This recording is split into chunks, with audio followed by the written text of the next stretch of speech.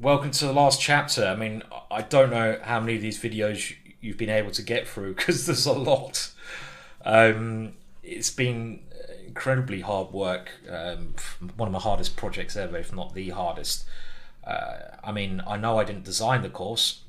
The reward to that goes to Vladimir Vukovic, The Art of the Attack. Brilliant, brilliant course, brilliant book.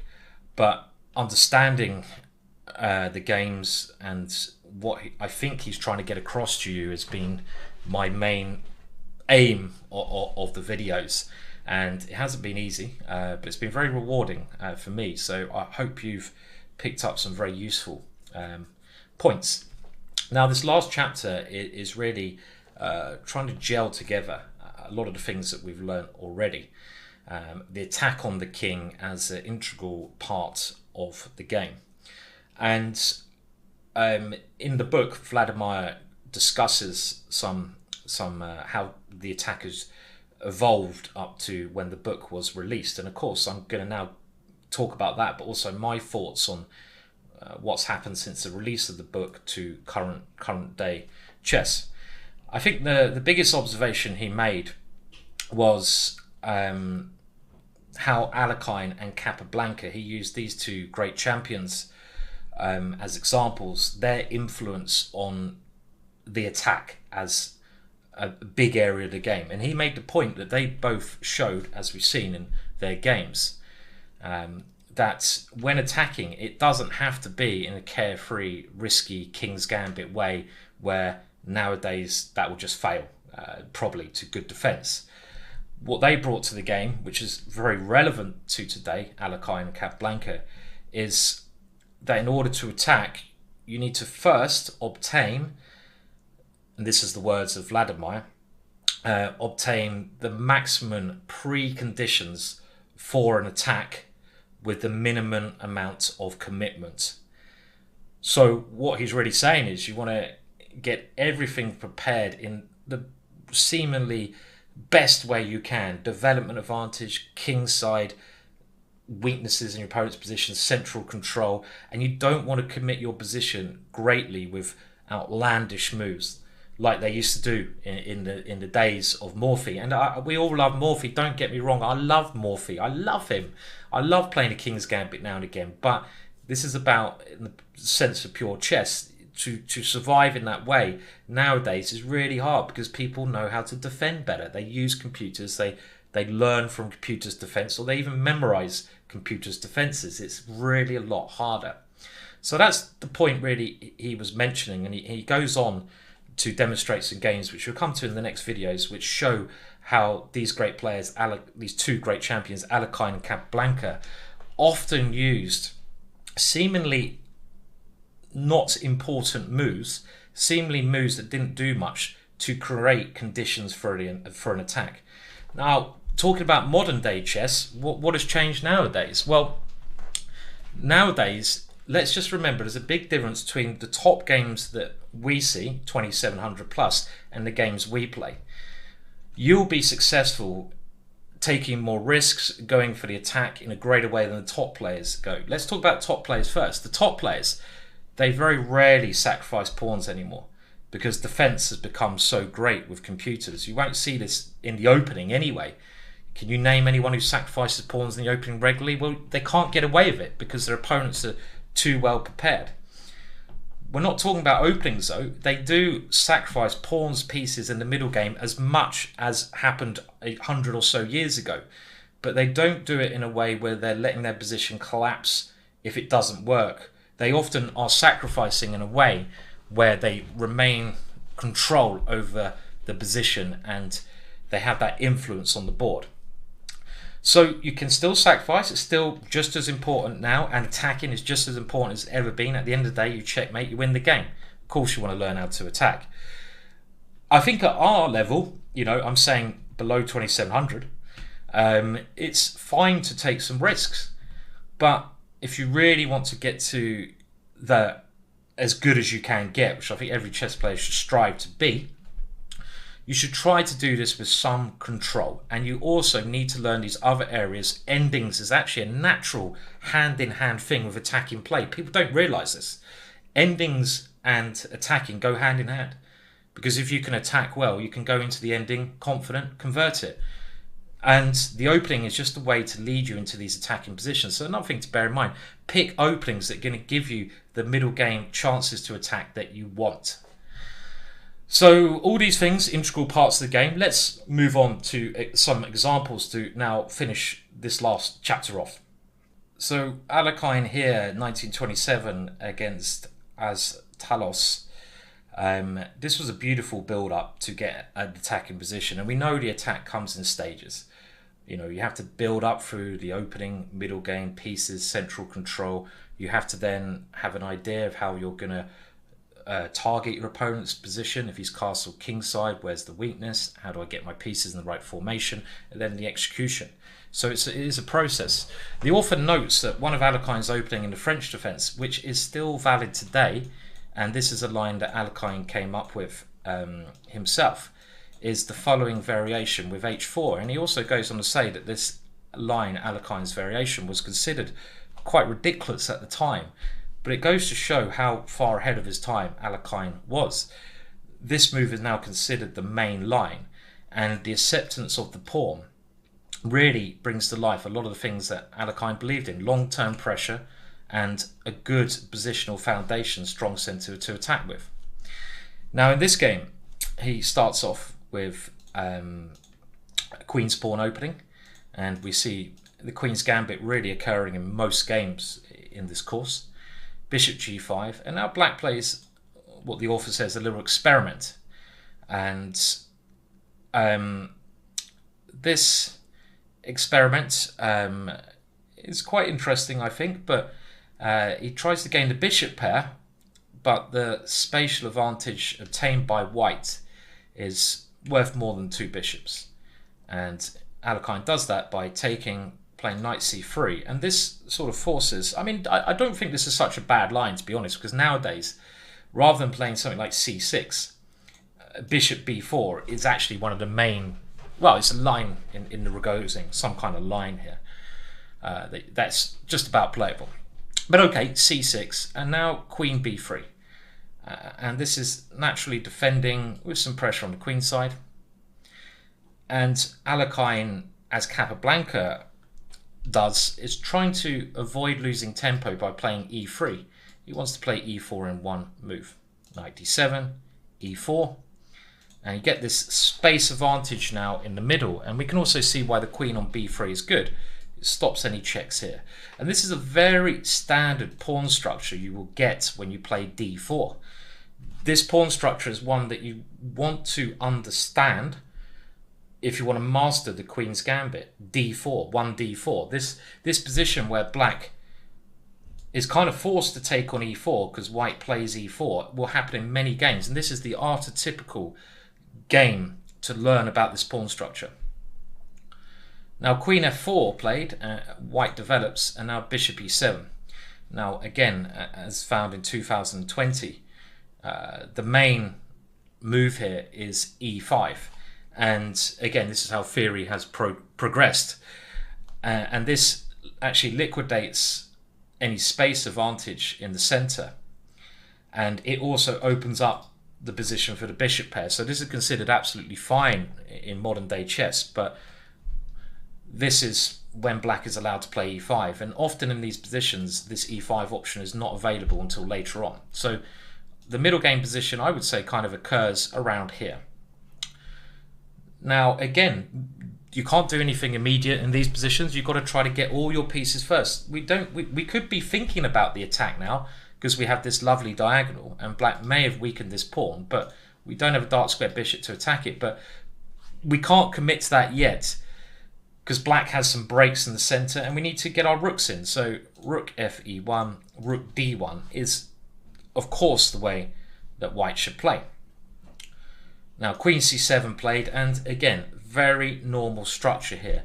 Black's most common plan in these positions is to try and play c5 or b6, bishop b7, c5. Magnus plays like this occasionally with black in these kind of structures. He's got to try to break out in this situation, try to open it for his two bishops. Now Alekhine now moves his knight to g3, and you can see in some ways the knight is trying to head towards the black king, and we're also going for a very standard idea, bishop b1, queen c2 or queen d3. We've seen this idea before. If g6, we can hit that one with our h-pawn.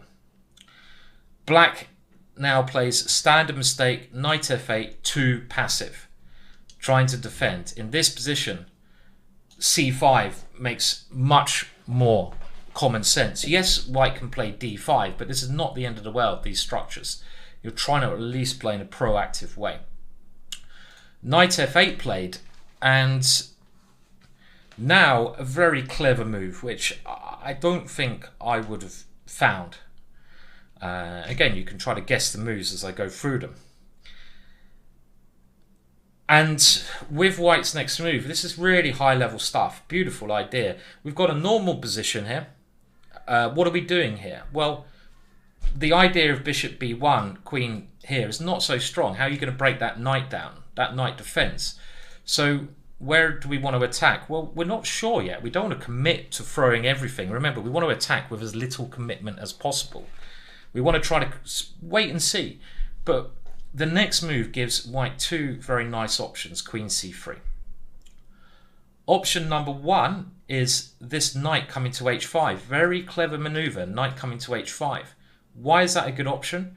Because we have ideas of d5 and checkmate.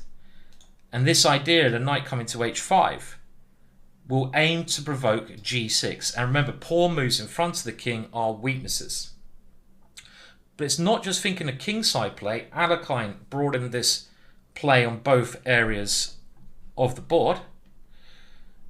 He's also trying to play b4, stopping black's c5 move. So black decides to go a5 to stop this, but this has actually provoked a weakness on the queen side. And after a3, threatening b4, black consistent with a4. And now if we go with knight h5, we've got to consider our opponent's best moves. Black can actually play queen a5. And this has kind of helped black with this a-pawn push.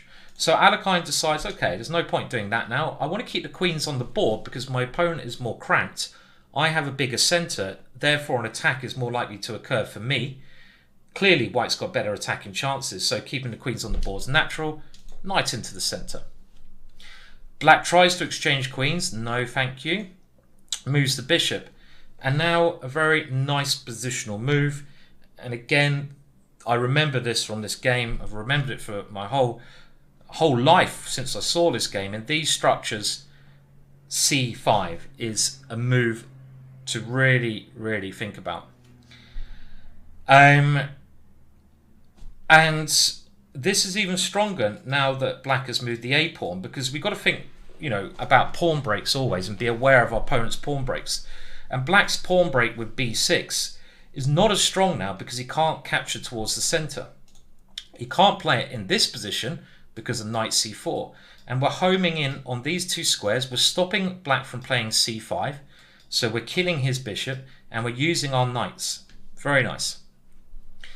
So black now decides to take the c4 square away, but he blocks the position more, and now he stops himself ever having this break. So of course we don't do anything by capturing here. We've blocked the position, good for our knights, and not just good for our knights, now the position has become blocked in the center.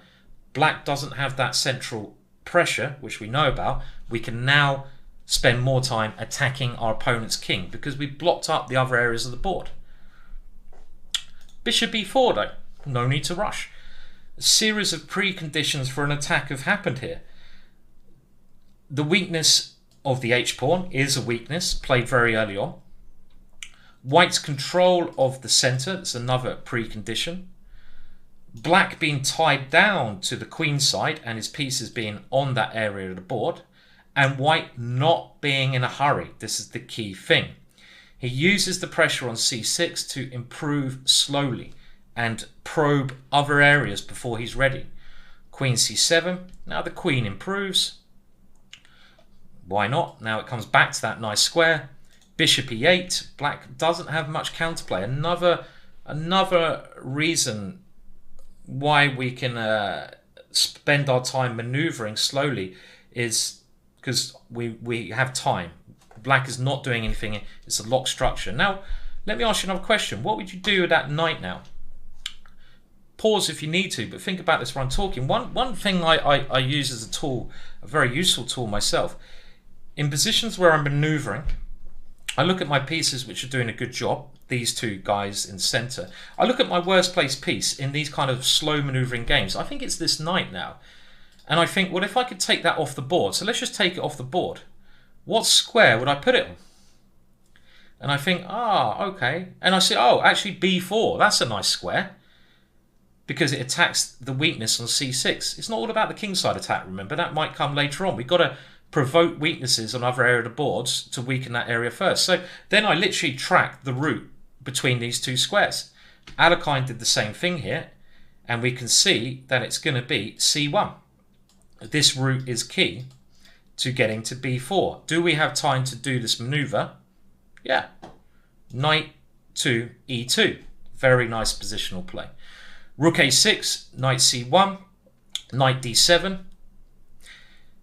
Now, black could play a move like f6, but this would result in another weakening of the black position. Maybe he should have played this anyway, but it's still worse for black. Knight d7, and now, okay, it's a pity. We have to take off that knight, but what's the benefit of taking off that knight?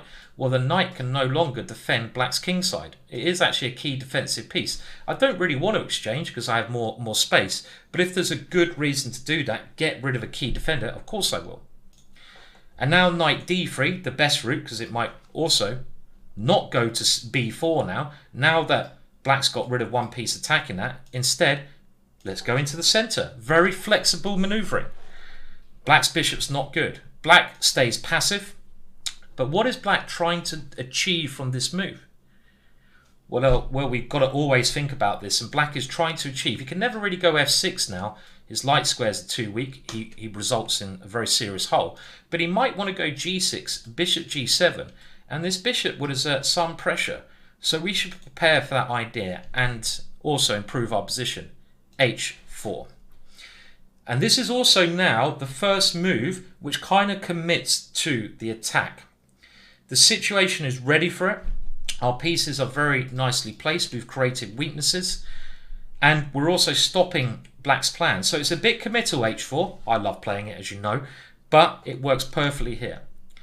Black waits. And now, of course, it's time to get the bishop and queen the right way around. Bishop b1. Our idea is queen c2. And after g6, h5 winning. So h5 forced. And now let's provoke another weakness. Well, not just that, we've got a plan, and g4 is our plan. g6, okay, it's not a major weakness because bishop g7 want to be played, but because we're controlling the center and we have this lovely knight, we can play another committal move, g4. And this is completely correct because look, we have bishop perfectly placed, knight, queen, rook coming in. Let's attack, open up our opponent's king. Our opponent doesn't have great defenders. Queen takes, bishop g7, and now another beautiful idea. Before proceeding with the next stage of attack, Alekhine thinks, what does my opponent want to do to try and hold this position? Oh, maybe black will want to play f5 at the right moment, combined with taking my knight, and then my bishop is kind of stuck out the game. He might improve. So, you know what? My bishop here is okay, but I'm going to go bishop a2. I'm not in a rush. This stops f5. It stops any rook d5. It maybe creates some sacrificial ideas against this pawn bunch. So now black tries b4. And if we take that one, black's idea is the clever a3, creating counterplay. Do we want to allow that? No. So what else is black maybe trying to do? Oh, he might be going b3 to make my bishop work. So let's move the bishop out of the way. So black takes on a3, but he hasn't really achieved anything there. Queen a5, he's trying to get counterplay, indirect defense. Queen e4. just making sure the black queen doesn't get active, forcing it back to defend. Queen c7, and now queen f4. Just targeting some squares. Rook b8, and at some point the next move must come. h5. You must play this move to open up. Remember, you've got to take some risks in order to win at some point, but you know, you want to have as many preconditions as you can there. And after pawn takes here, king h1, rook b7, rook g1. We can see how it is mounting and mounting. And look how clever it was to Alekhine putting his queen on this square, particularly because it has two ways in. Queen to e7, and now comes the forcing stage. We've had the build up, we've had the removing of pieces, it's now the execution stage. And the only piece defending the king, the fianchettoed bishop, has to be removed, and this requires some calculation, but this works well. And now king h7 is the only way to stop queen h6, and Alekhine here has played perfectly. Now, this position is a position we're going to continue analysing in the next video, as we've had the build up, and I think it's a good idea the author broke this up into two. Now, the comments I would like to say about the next move: knight takes f7. I think even, does black resign here? He may well do, but it requires a bit of analysis here. Maybe black saw bishop d3 was coming and he resigned. And, you know, if this move works, it should be played. It's the natural continuation of the attack. But the build-up here was really the most instructive. One of the most instructive I've seen in a Queen's Gambit position. And you can see here, it's really the way we're going to get better at chess is the mature build-up of the attack.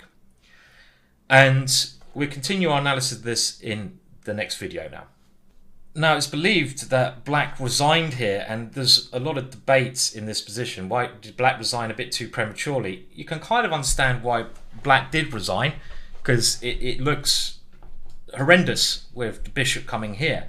But he should have played on, and Alekhine then went on to demonstrate a line which he said was winning, but it's not actually clear it is, but there is a winning line here. If knight takes f7 wasn't working, there were certainly other ways that white could have played the position. But if you see a move that you think's winning, you double check, you triple check, and you blooming well play it if you think it is. Now, it's clear that this has to be taken with the queen. Bishop takes falls into a simple strategy. And after queen takes, we go check. And here again, maybe the move that as Talas missed, he doesn't have to get checkmated. He has to try queen g6. And maybe he sort of just didn't realise. It's quite often you see a line, okay, you have to give up your queen, you black sight it. And now bishop takes g6 is correct. Bishop takes g6. And now Alekhine gives rook takes g6, which is not clear. Let's have a look at his analysis first. And of course, if you get this in a game, and I think what his point was, this was his thought process. This happens a lot. When you play the sacrifice, you analyze and you see one line which you think is good for you, but of course you don't then play all the moves when you do the sacrifice automatically. You don't go da-da-da-da-da-da-da without thinking. You can see the position better as you go into the variation. So you have to recalculate, recheck your analysis. And when you're doing that, you will see if there's options for better moves that improve on your original analysis. So even though Alekhine gives rook g6 as what he was going to play and as winning, it works out it's not winning. But I'm pretty convinced that in this position, Alekhine would have had another long think, calculated more carefully, and found the winning move. Now, this is not winning. The line he gives is queen to e4, king g7, and now queen e5 check. And he concludes with the remark that black is losing here, will inevitably lose one of his rooks because they are very loose, which is an understandable assessment. But in actual fact, after king g6, if black keeps the king on these two squares, it's not clear how he does lose a rook. Check, king g7, and at some point white has to take this pawn. But now after rook takes d4 check, again the computer shows that the king can stay in these two squares, and there's no way to win a rook. So this is very likely drawn. But I'm sure, and this is where I kind of disagree again with the author and some other analysis of this, if we got to this position, Alekhine would have refought that line.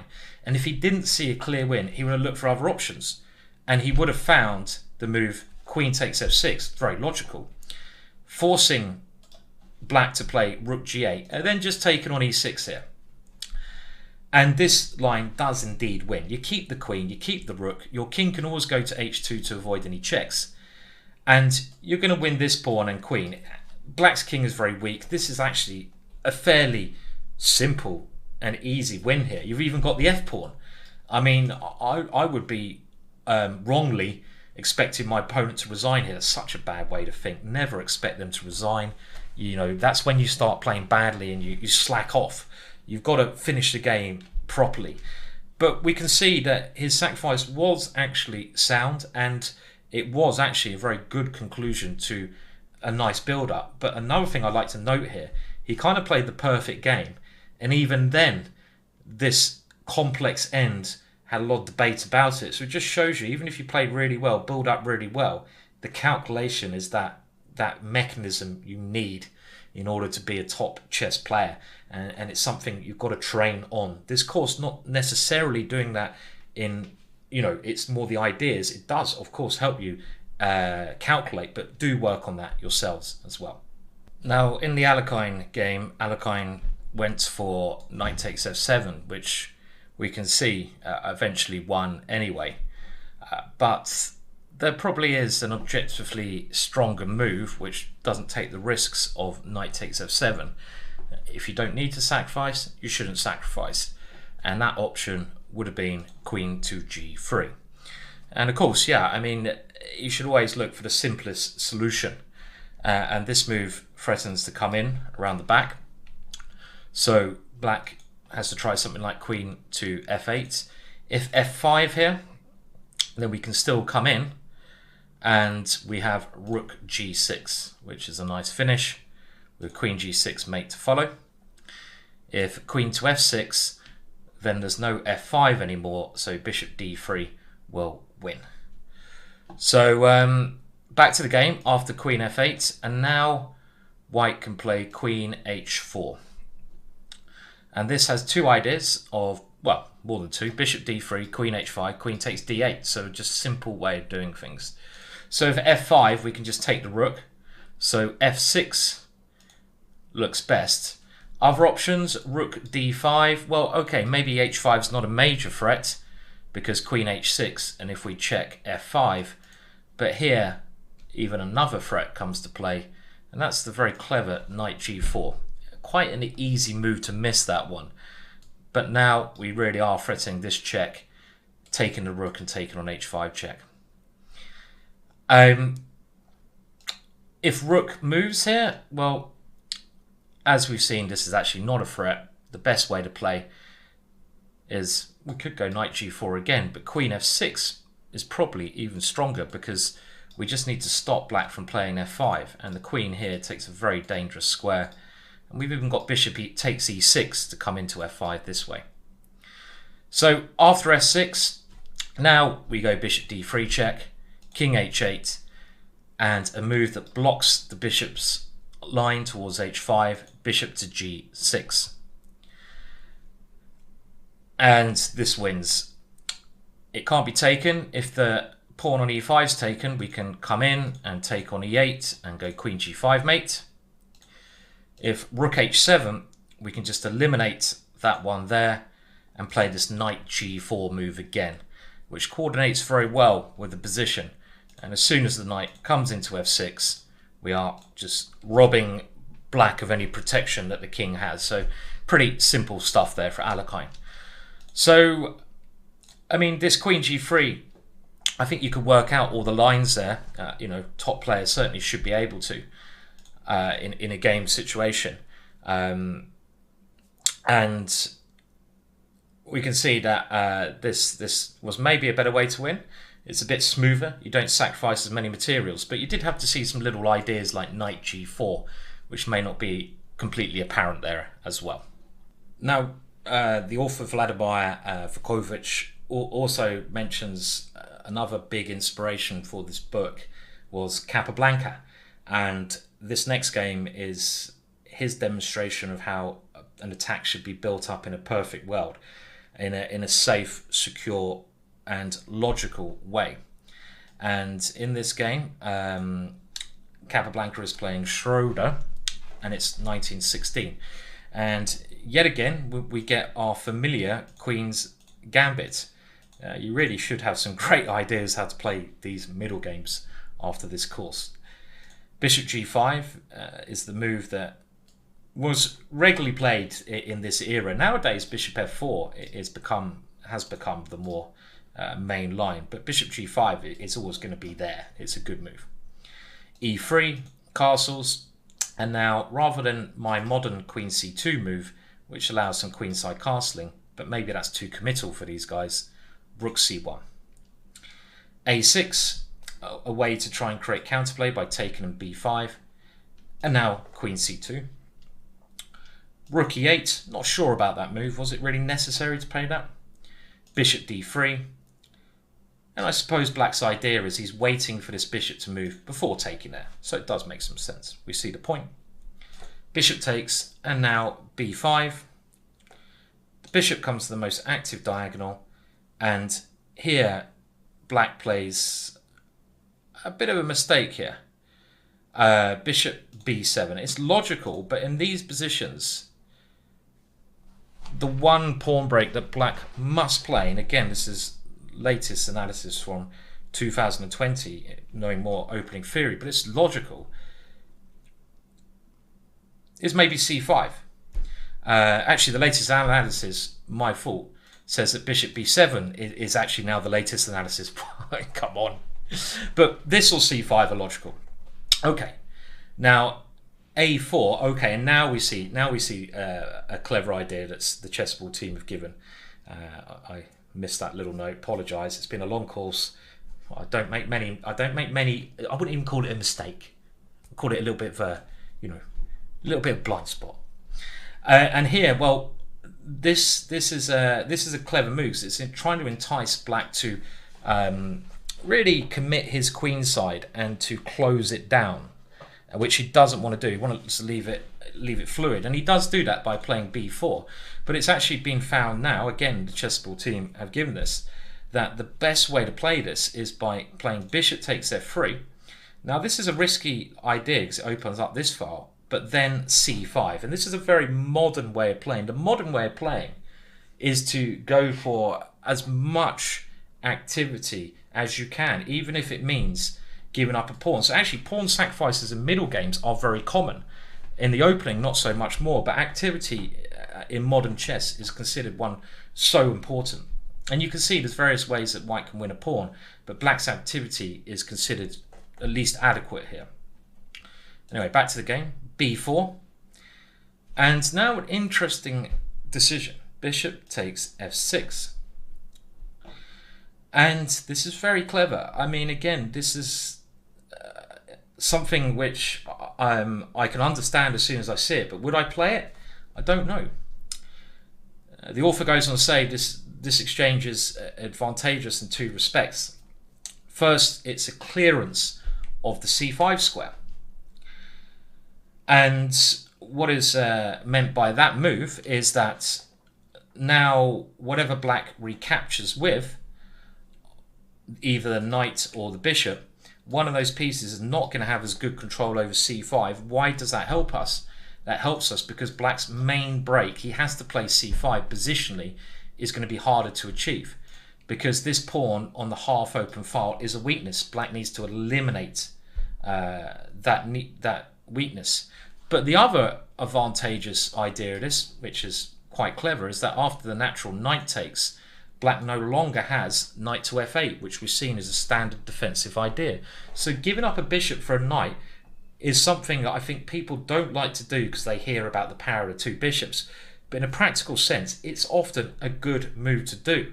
Don't forget that. Okay, and now knight to e4. We have mass exchanges on e4. And if black doesn't do anything here, positionally he's lost, because white will play something like rook c6 or just dominate that square. And positionally speaking, white doesn't need to attack, castles, and at some point that pawn will go. These pawns are very weak. Black must now play c5. He must play this move. It's his last chance. And after recaptures, queen to a5. And he's played the best line. He's got rid of his weak c-pawn. White just keeps things solid. Bishop takes c5. And now, what move would you play? Kappa plays here. Have a think about it. What he now plays, knight to g5, starting this attack. And it's asked, is this a justified action in switching to an attack on the king's side after all these preparations that he's done on the c-file? And how does this fit in the preconditions of opening an attack on the king? All the preconditions are really here. They're there. The fact that we have a knight and queen, they're great units to attack.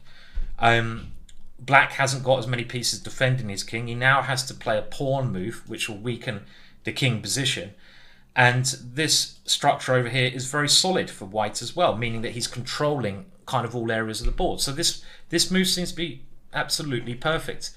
We're also pressurizing our opponent. And if you can pressurize your opponent, you give him a chance to go wrong, which he does immediately. He plays h6. And this is black trying to rely on the self-defense of his king, but this is not good. Now f5 was a better idea, but with something like queen e5, it's still quite uncomfortable for black, because black has to now go into an ending. Otherwise this pin is too nasty, with knight takes here even being possible, with bishop b6. And this is, again, looking at the transformation into the ending. And you have to be willing to do this, even if you're a great attacking player. And after taking and king e2, I think it's clear that white has a much better ending. His rooks are better positioned, his king's better positioned, but look at the structure. Black's pawns are targets over here. White's pawns can't be attacked by the black bishop, and white's knight can naturally come around to start hitting these pawns. The knight has some very nice squares it can cement into. This ending, no weaknesses in white's position, many in black's. Very nice ending for white. So maybe that something like that was the lesser of the evils, even g6. But again, I think queen e5 is the simplest way to get to some good ending here. There's no need to risk anything. Again, this is a non-risk way of playing. So okay, so h6 was bad in the game, but it was hard choice there, especially if you understand Capablanca's endgame skills. He was phenomenally famous for being the Carlsen of his era, and you'd be like, oh no, I don't want to swap into an ending against Carlsen. I'll do anything to avoid it. And this is where Carlsen really excels. People are now, and this is something that I learned. When I was younger, people would want to swap off into endings against me, because when I was younger, I wasn't as good at them. Like when I played famous story Mark Hedman, Grandmaster, he'd always know in an ending his experience would come through. But then I really improved my in-game play, and he started to realise, well, hang on a minute, I don't really want to swap into an ending anymore. So in some positions, I'd rather keep it sharp, meaning you get more attacking games. So that's another reason why working on your weaknesses can be very beneficial. Now after h6, the queen comes in, and we can simply take on this square. And now we are starting a forced attack, which Capablanca had to calculate, but the forcing line occurs after this, where we can't allow this to be defended, and black king comes here. Now, I think it is a bit crazy, black going into this position, and I think as white, if you saw this structure, you have two pawns already with a king here, and after something like king e2, you'd realise, oh yeah, this is obviously always going to be sufficient compensation. I've got three pieces attacking. You don't even have to calculate this too deeply. You'd know this is good. So yes, so you can see this one little move, knight g5, out of nowhere starts a devastating attack. Obviously, you have to be willing to sacrifice, but that is part of being an attacking player. Rook c8, and now just rook c4, because black is very tied up. King c6 is horrible, big pin, and now that black is so tied down, h4. And we're just going to use our pawn here. This kind of attack, very high level, because it's the kind of attack where you're not necessarily forcing the win. The way you're winning with these attacks is you're understanding your opponent doesn't have many moves. Moves he plays are losing or weakening his position. So this is kind of a prophylactic attack. And this is why you have to understand your opponent's intentions when you play chess. f5. Okay, the queen now comes in. Rook e7, queen e5. But black doesn't have many moves. Try to find a move for black. This is what you should be thinking. What can black play? If you're white in this position, oh, he can't play much, I'll just queen my pawn. He loses now with rook c5, but the position was lost. And now after rook takes c5, his opponent resigned, because if rook takes, queen to d6 is terminal. He's going to get the rook back and clearly be winning, probably get both rooks.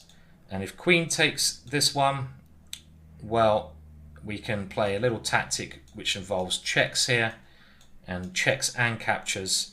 Oh, this one maybe not so clear. Even this is probably winning, but let's see if we can do that better. So I'm doing this off the top of my head, as you can probably tell. Can we swap the move order around there? What is the best way after queen takes? We can even play this one. Must be an easy win. Check here. That last one. Okay, so maybe they should have played this one out a little bit. Ah, no, what am I talking about? Of course, we just do the same thing. We take here. I don't go for the queen b8. I swap the move order around, and I just play queen d6 again. Stupid me. Okay, so nice virtuoso Capablanca performance there, and we've got two more examples now of nice smooth wins by these players to really finish off this amazing book, and hopefully a decent video course that goes with it. So on to another brilliant Alekhine game here against Khomok 1930. The interesting thing about this is Khomok wrote a book called The Art of the Defense, and he certainly gets tested in that here, and fails in a tough situation. So I wonder if you put the art of attack and the art of defense together, what's going to triumph. And I think just naturally, and it shows you probably why everyone loves attacking so much. Which book would you prefer to buy? A book called The Art of the Attack, or a book called The Art of Defense? One naturally is a positive book, affirming attack, take the game to your opponent. The other one's a bit negative, and I think that's kind of a philosophy to the way you should play chess. You should play it in a positive way, where you're going for the most ambitious moves. That is the way that chess should be played. Hence why let's always get the attack book. So again, we have Alekhine with the white pieces, and we have the Nimzo this time. Bishop d2, which is considered a very harmless continuation, but it has logic. You're going to take here, and actually nowadays Yu Yang of China, one of the top Chinese players, has started to play this. So one thing I was finding interesting is finding these old ideas which were considered harmless or dangerous, and looking at them again, because history has a tendency in chess to forget some concepts. Some concepts are forgotten. And now black castles, e3 played, black takes the center, and we have a standard formation in the center of the board here. White doesn't want to double his pawns, and after this move, I'll be honest, and again, this is how modern day chess has changed, and this is again a note that the great guys at Chessball have done their hard research on in the preparation of updating the course. And this move, e takes d4, I'm not sure in modern day chess that this would be considered a good move. Because you are now going into an isolated pawn position after a capture on c4. And the general rule in modern day chess is when you're going into some structure like this, which will happen maybe not now, when you have the isolated pawn, you need most of your minor pieces on the board. And here, 2 minor pieces have been swapped off. This should favour black, as that pawn is going to become weaker. So modern day chess would actually say that because of the exchanges, black is absolutely fine in this position. Hence why any other capture on this square would be considered better. So you can see how things have changed over the last 90 years. But okay, knight c6 played, and now bishop e2. And now black takes here, gaining another useful tempo. And here queen f6 was played, preparing rook d8. There were other options here. I think another idea which I learnt from the deceased player Cengiz of Latvia, a very nice guy, sad death, was a maneuver in these isolated pawn positions where you put the knight here, and this tries to control the square there. And it was Spassky who said the problem with the isolated pawn position is not the pawn, it's the square in front of the pawn. And with a move like knight e7, black is trying to get total control of that square, and also the knight can be used to defend. So I think some modern maneuver like this would put some doubts on white's opening play. But okay, now white castles, rook d8. White has to defend this weak pawn, bishop d7. And now he can go for a draw now by exchanging with d5, getting rid of that weakness. So that's why I think this queen f6 maybe not the right plan. But obviously Alekhine wants to win, so he keeps the tension with rook e1. Bishop e8, a standard maneuver, so the rooks can line up here. Queen d2, knight e7. And knight e7 now is a bit slow. I don't like this queen f6 move personally. And now Alekhine plays a nice move. What would you now play? Knight to g5, and this has a couple of ideas. Number one, it has a brutal tactical idea of taking here and taking with the rook, which would be crushing. So black doesn't have time to get the bishop here and here, which is ideal kind of setup with a knight on f5. And the other thing that does therefore do, at some point, the rook can now swing over, and also black will have to commit himself to making a pawn weakness in front of his king to get rid of that knight. For example, knight d5, pretty much forced. Rook f3, kicking that queen away. Going to g6, runs into bishop d3, so the queen goes back. And now rook g3. And here, with ideas of white coming onto this diagonal, black has to get rid of that knight while he can. h6.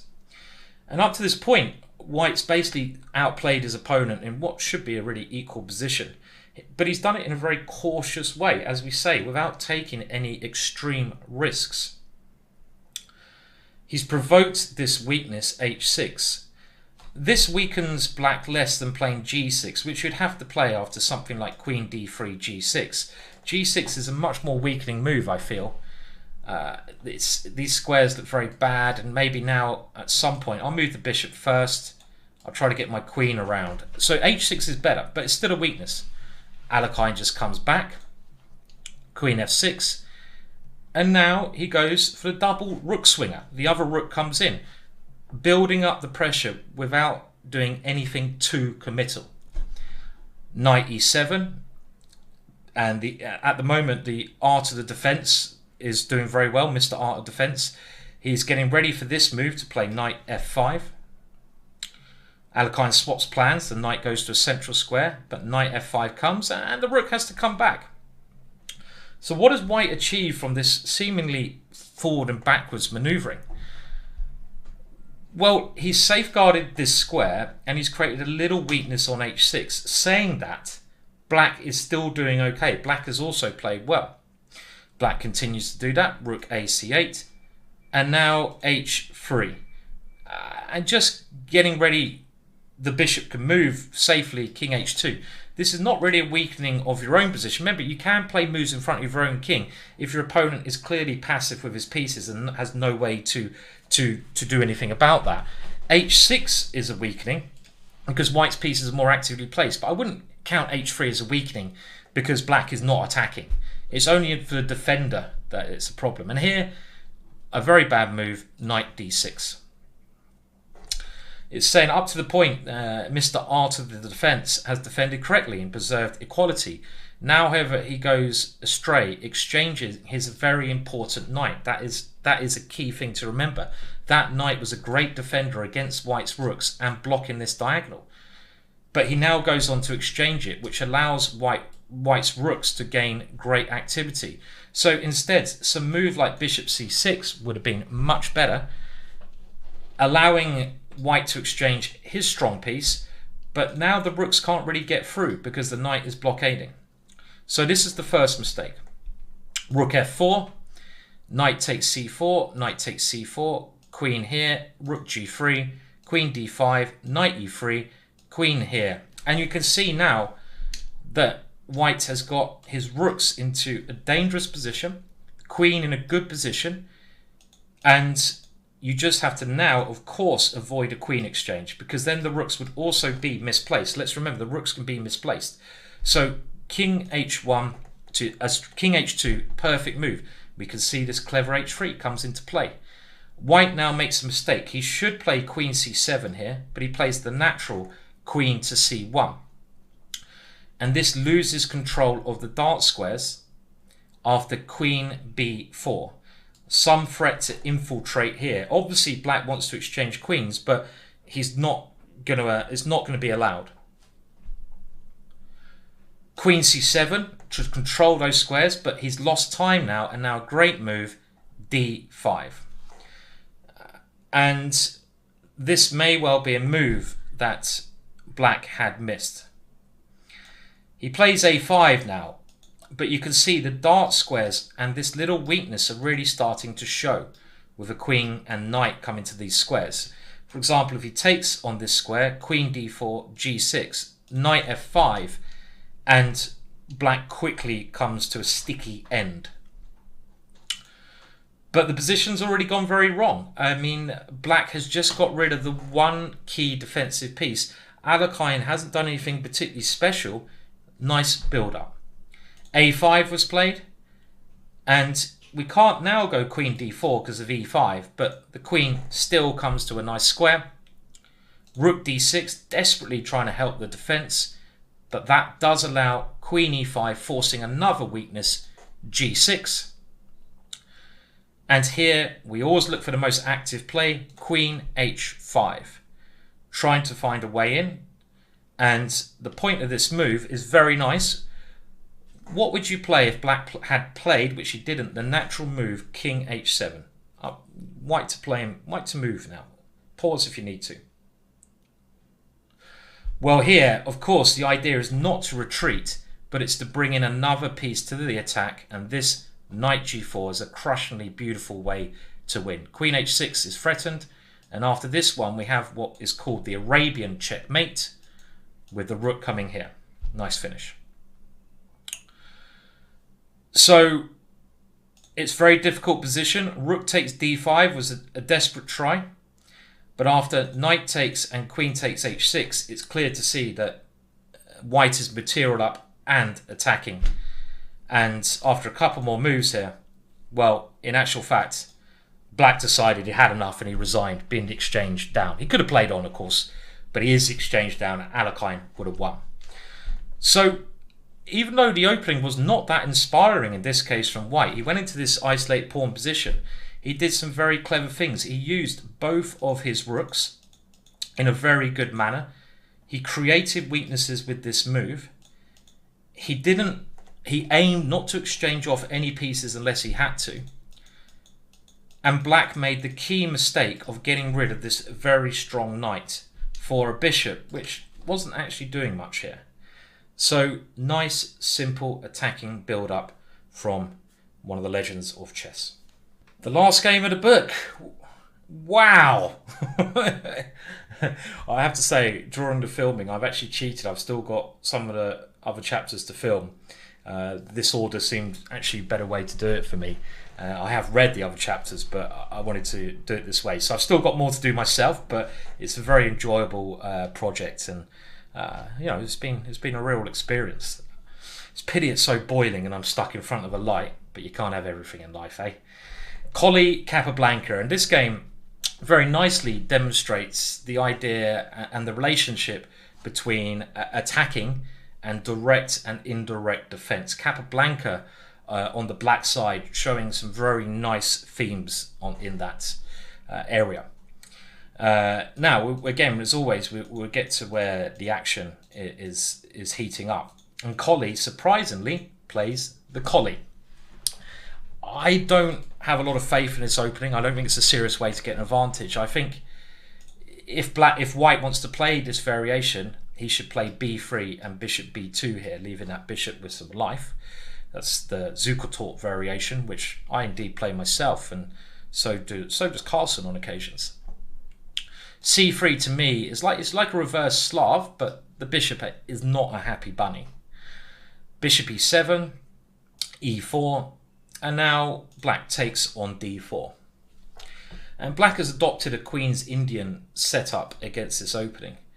And it's a nice, sound way of playing. Black's developed his pieces sensible, but it's also a way to avoid any simple equalizing ideas, because not many pieces are exchanged off. Lots of pieces are kept on the board. Now, after the recapture with the pawn, White would have held a strong point in the center, but Collie has a nice idea, and this is why maybe this e4 move is even premature. I've had this position with bishop on f4 against Nigel Short and played a3 first, because if pawn takes is played, Kappa's idea would be knight b4, bishop b1, bishop a6, with something coming into d3, favourable for black.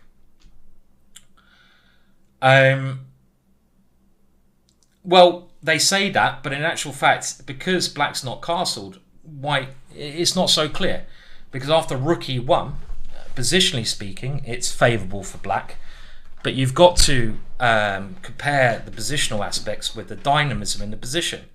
And in this case, if you do go knight d3, yes, favourably positionally, but it's White to move, and White can now play d5.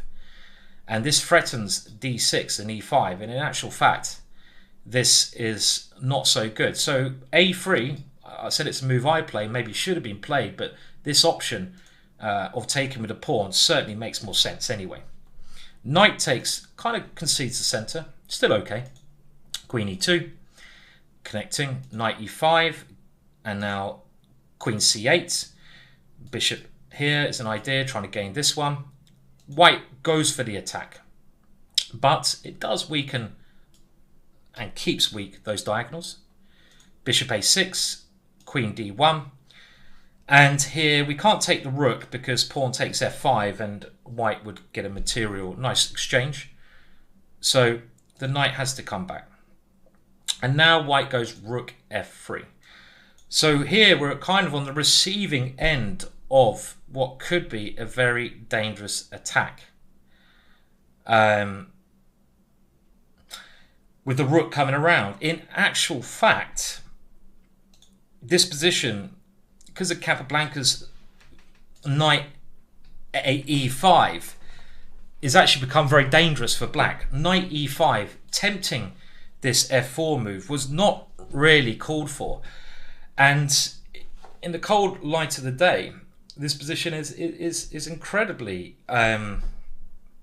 dangerous for black.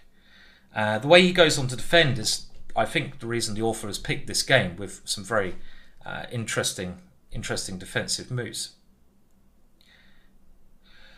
And here, rook f3, very tempting. I think I would play that one. e5 is another move that you try to make work. But in this position, the Greek gift does not work, because after rook f3, f5 is going to defend, because we have knight takes f4. And our king also has a run. But again, the chessable team have mentioned that in this case, the rather bizarre rook e1 move is best because of the problems that white gets in the other lines. But I have to say, I mean, I'm saying this idea is a little bit dodgy for black. It feels to me it is. And probably because of rook e1. But how unnatural is rook e1? Capablanca's playing a very risky game, and after rook f3, the way he defends is simply very clever. Well, let's have a look. Rook e1, I think I actually like white here, I'll be honest. I like these pushes, but okay, personal preference. Rook f3 played, and now there's an immediate problem that white has, which Capablanca missed. Can you improve on Capablanca's play? In the game, he played g6 because he realizes he has to play some direct defense. But we know playing poor moves in front of your king can be weakening. Not always. Some things you've got to think out the box, but this position could be. But there's a better move than that. Pause if you need to. Well, black can actually aim to get rid of the bishop on c2. And it's clear in nearly all of these positions that is key. How can you do that? Through the tactics knight takes d4 and bishop e2. And in this position here, white's center is under some attack. You know, any white attack against our king is not really going to work without the bishop. White doesn't have enough pieces, and we have the c file. So this would be a direct refutation of rook f3. Hence why white should have gone in the position earlier, rook e1, which leaves us wondering whether Capa's knight e5 was the right move. Now let's go back to the game. g6 played. White now brings his knight to a better square. We have some exchanges, and black needs to pressurize the center. There's a bit of a wing attack going on, so we need to hit in the center. Queen e2, and now bishop c5. Maximizing the pieces. Rook h3. And how do we create center counterplay here? Well, clever move now, queen c6. And the idea of this move is to force the e-pawn to move, and then black can grab another square for his piece, and at the same time gain great counterplay on this diagonal. And you can see he's trying to overextend white. He's only done one direct defensive move, and the rest of his defense is going to be indirect activity. Now e5 was played. Again, modern analysis has actually proven that bishop e3 is possible here. And this still is a very unclear position, but it's a better move than e5, because e5 commits white too much, giving up a square, giving up the diagonal. Knight d5 now played, and here queen to f2, just going for the blunt attack, but the conditions for this attack in this situation are not really working because of black's counterplay. And here white would have been more advised to have played, in actual fact, something like bishop to e3, just developing the last piece. And this is fairly even. Okay, after queen to d4, black decides it's time to get rid of that knight as it's a threat. Bishop takes d4, pawn takes d4 played, and now that active counterplay just in time, because this is a big threat. If we don't do anything, queen here will come, we have to play h5, and you can see with something like queen g5, many ideas are brewing. Not in this particular position, but the concept is there. You probably, as white, therefore have to go bishop d3 first, but clearly we can't play passively. So rook c8, natural move. And now if we go bishop d3, queen takes c1 is tactically very strong. So bishop to d1, and this has the advantage of trying to take on h5. But, all these open lines in the center mean black has enough. And his next move is very, very clever. He's still in a dangerous situation, and he now plays this f6 move. And this is where he breaks the rules in some ways, playing a move in front of his king. And again, as I've always said throughout this course, you've got to be able to break the rules on occasion. Every game is going to be different. And this is an attacking and defensive move in equal measures. And one of the ideas of this move is to simply get the rook to f7. And this is another key defensive idea you will come across in many games. The rook coming here, defending the black king in a great capacity. But he's also aiming to open up the position, open up the line for the rook. So breaking the rules a little bit, but in a very good and active way. Active defense. Queen h4 played. Bishop d2 would have been better, but now rook f7. And all of a sudden there's no attack either. Very good defensive strategy, this fianchettoing of the rook on one of these two squares. Remember that one, especially when you have the fianchetto position. And here it's a very hard position to play. I mean, the white pieces have committed themselves, but as we mentioned earlier on, when you swing the rook around, if it doesn't achieve its goal, you lose out on the center. And after bishop f3, queen c4, we can see that the rook is sidetracked. There's no attack, and white's position collapses. Bishop e3 was tried, but now knight takes e3, bishop takes b7, knight to f5, and the position is simply collapsing for white. Queen e1, rook c7. There's no rush to take this pawn. It's not going anywhere. Only now does black decide to do it. And here, this f6 move now counterattacks. And after some more exchanges, no need opening up the king, be risky. White's whole position collapses. Queen takes b2, no reason to not take that one. And now king f7, and black's pieces are also better than white, so white resigned. So this game really demonstrates that struggle between attack and indirect defense, which we can also call counterattack really in modern terminology. White did a direct attack there, but black's counterattack proved to be equally or more stronger than it. Risky play by Capablanca, move the knight backwards and forwards, but white's plan of the rook swing never came to through, never really worked. So it shows you the dangers of the art of attack. Sometimes it can backfire, and you've got to be sure that these counter chances aren't going to be stronger than your attack. A better way to attack is what we saw in the previous couple of games in this chapter, without any risk of counterplay. But all in all, that is the end of this course, I feel. Congratulations if you watched all the videos. I wonder if anyone's actually going to watch all the videos. When I was filming this, I was talking to the Chessable team, and I was like, are actually people going to watch that? Obviously it will help their chess, but it's a lot of videos which I've got to make. Ugh. But anyway, I hope you did enjoy it. I hope you got something out of it. I'll do a little conclusion anyway. And good luck in your attacking chess, guys. Go forth and improve and attack. Cheers.